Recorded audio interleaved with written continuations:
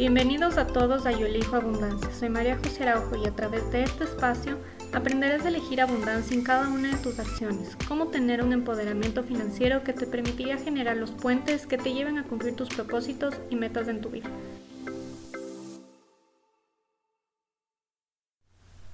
Hola a todos. ¡Wow! Qué hermoso poder estar en este canal compartiendo este primer capítulo. Les contaré a lo largo de este camino sobre mis experiencias y mis tips para que sirvan como elementos generadores de abundancia. Recordemos que la abundancia la debemos elegir siempre. Hoy les voy a contar el proceso por el que tuve que pasar para considerar que había hecho las paces con mis finanzas. Realmente fue un camino un poco largo, yo lo considero empedrado, pero al final de todo lo que tuve que pasar realmente dio sus frutos. A inicios de la cuarentena, conversando con mi hermana sobre finanzas y del proyecto que quería iniciar, me dijo que yo desde chiquita siempre tenía dinero guardado y que no lo gastaba de manera compulsiva. En verdad me pareció súper chistoso que me dijera eso porque no es algo que yo me acuerdo. Los recuerdos que yo tengo sobre ese tipo de temas realmente era cuando yo era un poquito más grande y sí sabía que tenía una especie de conciencia financiera desde toda mi vida. Un recuerdo que empecé a tener súper claro es que en los últimos años de colegio, más o menos desde quinto curso, mis papás nos empezaron a dar mesada para poder comprar snacks en el bar. Yo realmente no me gastaba ese dinero porque llevaba mis propios snacks desde la casa y no le veía el sentido de no comer lo que llevaba y además tener que gastar innecesariamente ese dinero. En consecuencia, eso me llevaba a ahorrar ese dinero. Realmente no me acuerdo cuánto lograba ahorrar mensualmente, pero sabía que si quería comprarme algo que le diera valor a mi vida, tenía los medios de hacerlo sin pedirles a mis papás. Otro recuerdo que tengo es que también cuando seguía en el colegio, siempre quise hacerme un tatuaje. Obviamente cuando le decía de este tema a mi mamá, siempre recibía un no rotundo de parte de ella porque jamás en la vida me iba a financiar algo con lo que ella no estaba de acuerdo. Y estando en la U durante los 2 primeros años, la mesada se mantuvo. Y tras un año de pensar y repensar si me hacía o no me hacía ese tatuaje que tanto quería, me animé a gastarlo. Y realmente es un gastar entre comillas porque finalmente es algo que quería, era un gusto que yo quería darme a mí misma y de alguna forma con el dinero que tenía ahorrado era como una planificación inconsciente que había tenido. Me acuerdo incluso que mi ley en ese entonces era tener guardado como mínimo $100. Realmente era por si acaso porque no es que necesitaba tener ese ahorro. Y ya pensándolo ahora, el haberme hecho el tatuaje no es algo de lo que me arrepiento. Yo pensaba que no tenía ningún significado, pero realmente ahora el significado que le doy es que simboliza esa época de crecimiento y rebeldía y de querer encontrarnos a nosotros mismos y de ser auténticos. En el 2009 mis papás abrieron su empresa. El antecedente de esto es que ellos tuvieron una empresa hasta el 2000, cuando por la crisis de la dolarización tuvieron que cerrar y los dos se dedicaron a tener trabajos bajo dependencia, cuando después de 9 años retomaron su camino como empresarios, que realmente fue algo que siempre les caracterizó. Como se endeudaron para abrir su empresa nuevamente, la manera de pagar la U fue a través del famoso crédito estudiantil. Ese crédito te lo dan y puedes pagar en un plazo de 10 años a partir de la graduación, lo que implicaba que yo al graduarme en el 2011 terminaría de pagar apenas en el 2021 ese crédito. Al haberme graduado, mis padres pagaron regularmente las cuotas durante los 2 primeros años, pero transcurrido ese tiempo y considerando que yo tenía mis ingresos y mi estabilidad laboral, me dijeron que me haga cargo yo de esa deuda. La verdad al principio me molestó un montón tener que pagar yo esa deuda porque yo nunca quise ese crédito, consideraba que no era una deuda adquirida y realmente sí me molestaba tener que hacerme cargo de eso. Y realmente no entendía que ellos tuvieran que sacar ese crédito por una necesidad. Al pasar de los años de pagar esa deuda, realmente con bastante resentimiento, con un sentimiento de molestia, me di cuenta que fue lo mejor que mis padres pudieron haber hecho, porque siempre lo hicieron para que nosotras podamos terminar la U sin ningún problema.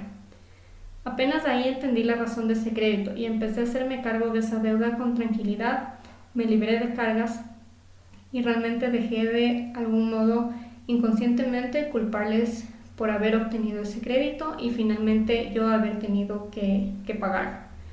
Lo que sí me disgustaba en ese entonces más o menos en el 2013, es que desde esa fecha hasta el 2021 realmente parecía una eternidad para terminar de pagarlo.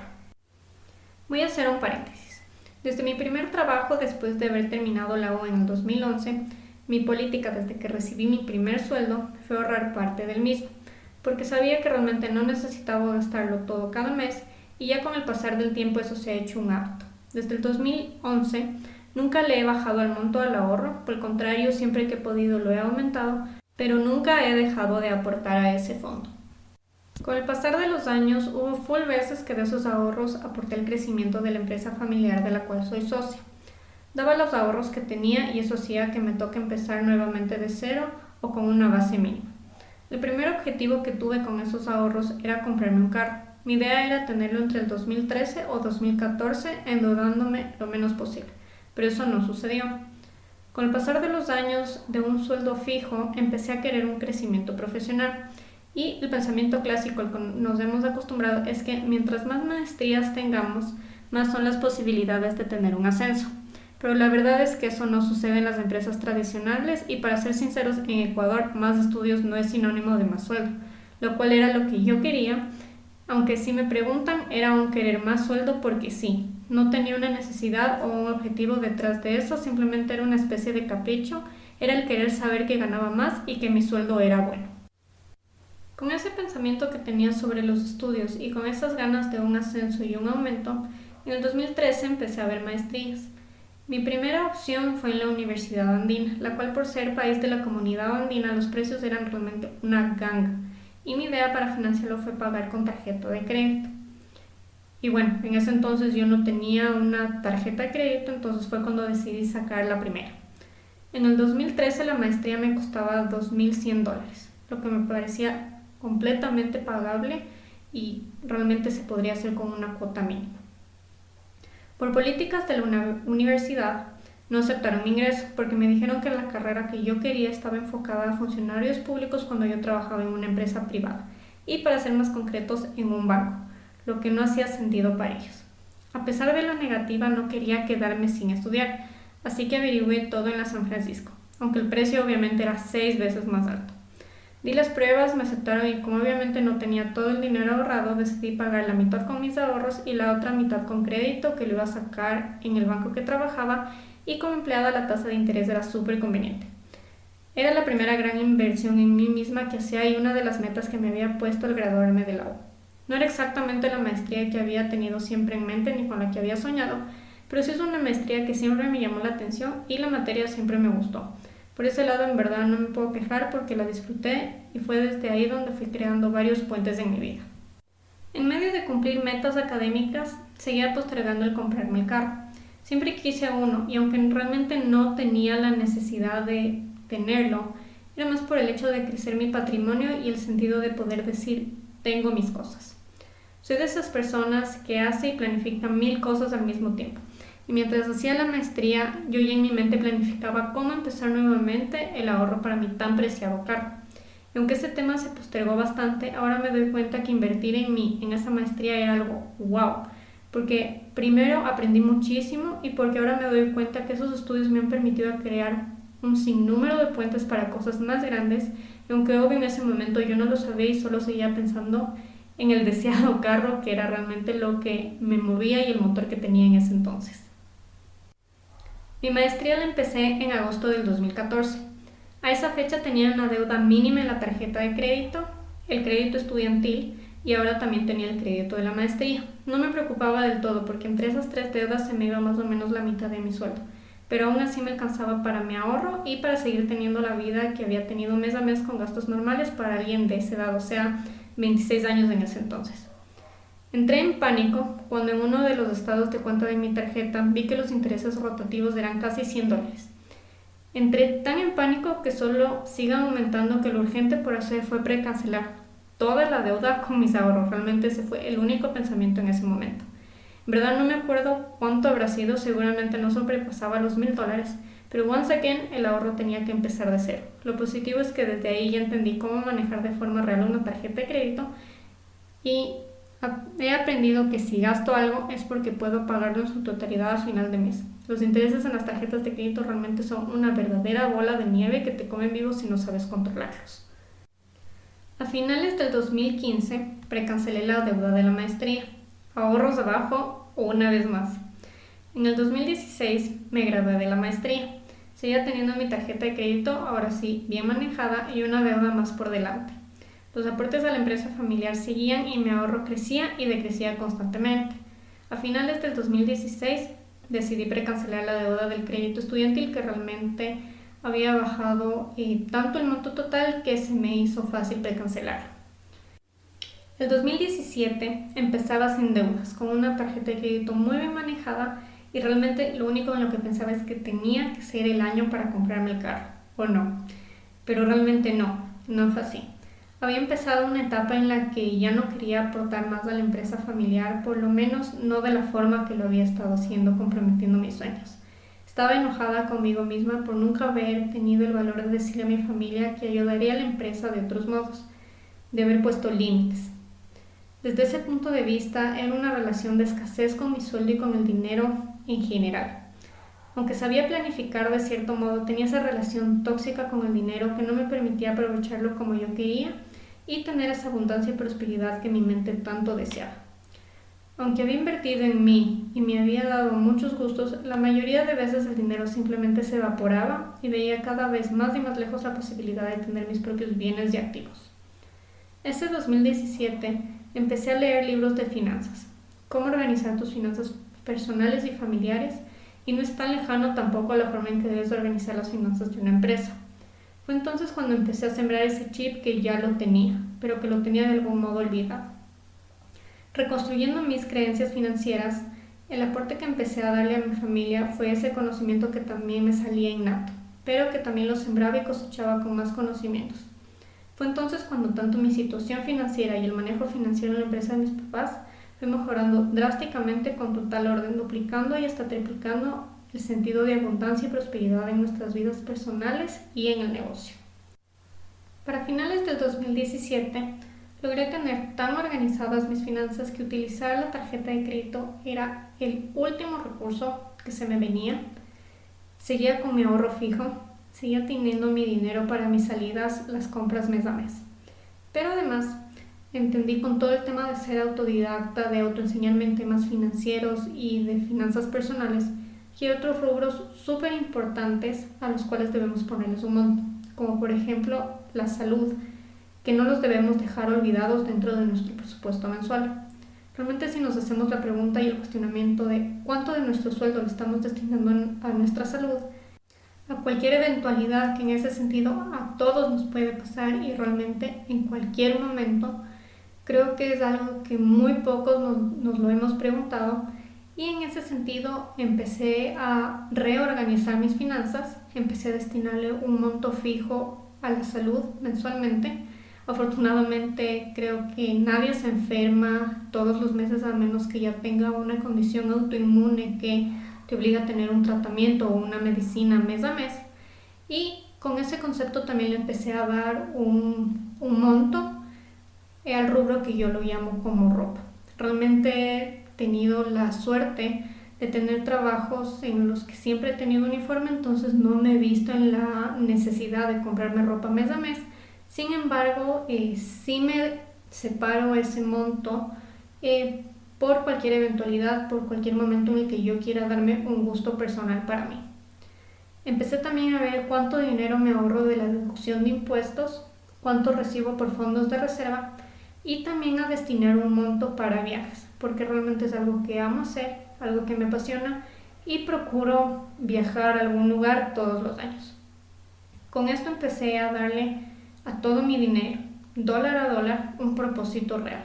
Y obvio siempre guardaba un extra por eventualidades que puedan surgir y también en caso de que necesite pagar con la tarjeta de débito.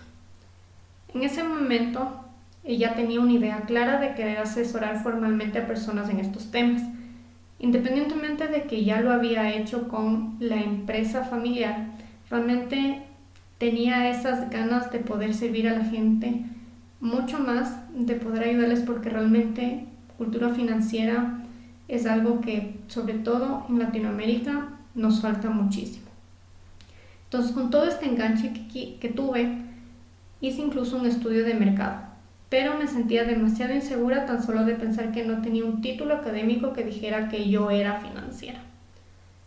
A finales del 2017, llegué donde una gran maestra, que en sus sesiones, llamémosla de terapia, realmente se llama técnica PRI, me reprogramó porque efectivamente tenía en mi ADN una programación de abuso de dinero. Cuando me lo dijo, para mí fue súper claro. Lo maravilloso de la técnica PRI es que los cambios son inmediatos porque van directo al ADN de la persona. Es así que hasta la fecha no han vuelto a suceder temas como los que mis ahorros se disolvían. Así como fui autodidacta para aprender de manera más seria sobre planificación financiera, y así como ya también había invertido en estudios de maestría, estaba empezando a invertir en mí misma también en otras áreas, viendo los problemas desde la raíz y cortando patrones limitantes. El 2018 fue wow, invertí en acciones. No fue de locos, en verdad tenía el dinero ahorrado, quería darle una finalidad mucho más productiva, quería que el dinero me generara ganancias por sí solo y sentía que aún no era el momento para el carro, así que con una amiga empezamos a ver en qué invertir. Nos llamaba muchísimo la atención un startup. Nos reunimos con los dueños, la idea era maravillosa. Las proyecciones se veían súper alentadoras, pero teníamos nuestras dudas. Y como no somos expertas en inversiones y menos en startup, sabíamos que teníamos que asesorarnos formalmente. Entonces acudimos donde un amigo de ella que tenía mucha experiencia, tiene de hecho mucha experiencia en temas bursátiles y de inversiones en startups. Obviamente pagamos por esa asesoría. Gana él y ganamos nosotras en conocimiento y una asesoría espectacular que nos dio muchas luces de cómo definir el tipo de inversión que más nos atraía. Realmente pagarle a alguien más para que te guíe en un cambio que desconoces, además de una gran inversión, es una manera inconsciente de llamar a más abundancia. En verdad es ley de causa y efecto. Si no le pagaba, habría puesto mi dinero a lo loco en algún lado y desde un pensamiento de escasez.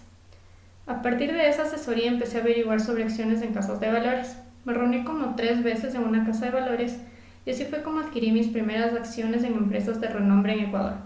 Con acciones obtienes dividendos anuales y además de aumentos de capital, que le dan mayor rédito a las acciones que ya tienes y por ende mayores dividendos al año siguiente. Y con los aumentos de capital, eso te implica también más cantidad de acciones en el momento en el que quieras venderlas posteriormente. En el 2019 empecé con una crisis en mi trabajo heavy, así que decidí y sabía que tenía que ir a otra sesión de técnica PRI.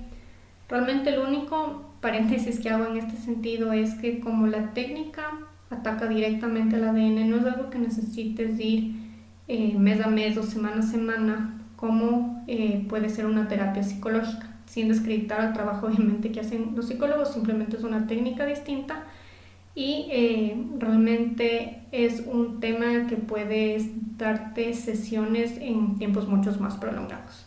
Entonces regresé a la terapia de técnica PRI y mi maestra me dijo que el tema del dinero se encontraba excelente en mi vida. Sin embargo, le comenté que hay personas en mi familia que hablan de una maldición y repiten que eso hace que siempre les vaya mal con el dinero. Realmente es un pensamiento súper limitante al cual nunca me aferré, por el contrario yo no lo aceptaba, pero como era un patrón preexistente en mi ADN, sí era algo que me preocupaba y era algo de lo que quería hablar con ella. Y en ese sentido sí quería que ella me quite esa programación de escasez y fue tal cual como se procedió en esa sesión. Aunque estaba en crisis en mi trabajo, procuraba mantenerme tranquila y no permitir que esos momentos llenen mi cabeza de pensamientos de escasez y de pesimismo. Es tan cierto que cuando inviertes en ti, la abundancia se multiplica, porque a mediados del año tenía un mejor trabajo y mi tan preciado carro. Finally. Tenía gastos fijos en la tarjeta como el celular, Spotify, póliza, etc. Y con el único crédito de la cuota de mi carro que apenas compromete una sexta parte del sueldo que gano. A finales del 2019 quería ir a una sesión más de técnica PRI, sin esa presión de sentirme en crisis y simplemente porque era algo que quería y algo con lo cual quería, por así decirlo, terminar bien el año. Fui exactamente el 21 de diciembre del 2019 y le hablé a mi mentora sobre mis deseos de asesorar en temas financieros. Me dijo que la gratitud con la que yo tuviera con mi actual trabajo crearía los puentes para que haga lo que me apasiona. Y bueno, aquí estoy en cuarentena invirtiendo como nunca en mí y sabiendo qué es lo que quiero hacer. Sentirlo como propósito y además como pasión, con ese sentido de poder servir a más y más personas para que puedan alcanzar un empoderamiento financiero y consiguiendo un endeudamiento saludable, que duplique su abundancia, su prosperidad y también su paz interior. Eso es lo que les puedo contar de mi camino a mi propio empoderamiento financiero. A pesar de que ha sido un camino largo, finalmente creo que he hecho las paces con mis finanzas, así es como lo denomino. No guardo resentimientos con nadie de mi familia por todo lo que tuve que aportar a la empresa familiar. Finalmente ha sido un gran aporte. En mi interior ahora honro ese dinero y sé que agradezco por ese yo de aquel momento que me ha traído hasta donde estoy actualmente. Espero que les haya gustado todo lo que les he contado. Realmente he tratado de resumirlo de la mejor manera para no hacer una historia extremadamente extensa. Ya con esto les cuento que pueden seguirme en mis redes sociales. Estoy en Instagram y en Facebook. Me pueden encontrar como María José Araujo. Y en mi página web mariajosearaujo.com les cuento que pueden encontrar de manera gratuita 5 tips que les ayudarán a hacer su propio presupuesto mensual. No se olviden de compartir mi podcast y nos vemos pronto en un próximo capítulo. ¡Chao!